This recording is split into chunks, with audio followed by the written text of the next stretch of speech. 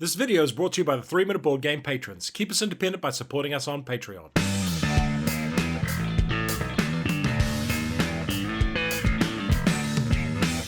Kia ora koutou and welcome to Spectre in about 3 minutes, review copy used. There is no solo mode, it's a game for 2 to 4 players, playing time is medium, and it's a reasonably simple game. The Special Executive for Counterintelligence, Terrorism, Revenge, and Extortion, Spectre is no ordinary crime syndicate. Stealing nuclear weapons and holding whole states to ransom is your game. Can you play it better than anyone else? The game ends once the final mission card has been resolved. The winner is the player who has advanced most along the Spectre track.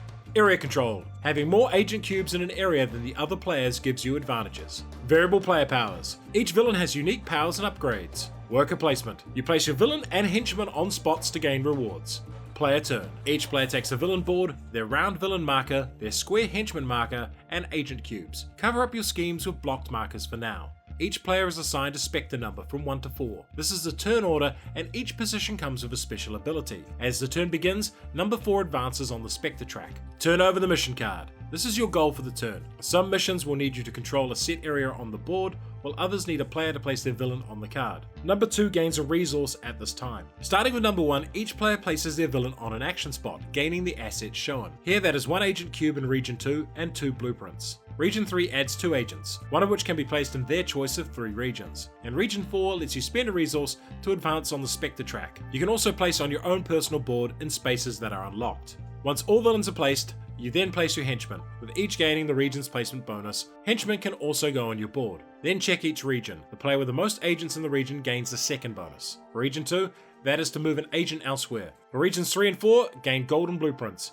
And for Region 5, that yellow now controls because they moved an extra agent there, advances you on the Spectre track. Now resolve the mission with each player secretly bidding resources. To win you need 6 for 2 players, 8 for 3 and 4 for 10. If you fail, resolve the effect at the bottom of the card. Number 3 takes back 2 bid resources. If Spectre won the mission, you may each reveal secret goals and advance on the Spectre track. Some goals require you to control a region, and that is shown by claiming the blue majority token. Then roll the 007 dice, placing him in that region, removing all agents there. Number 1 can re-roll 1 die, potentially moving 007. If this result is rolled, each player loses 1 agent from each region, and on this roll, that numbered player chooses another villain for 007 to visit, making one of their goals public. Public goals score less points. Your player board can be upgraded by taking an action and paying the cost below. These grant ongoing bonuses, one-off effects, and new action spaces. Some villain boards must be unlocked in sequence. Then end the turn by reassigning the player numbers based on the Spectre track, with the leader being number 1. Why would you like this game? Well, first off, being a Bond fan probably does help to make sense of what's going on in the game, but I don't think it's totally necessary. Most of the core game is pretty straightforward area control and worker placement,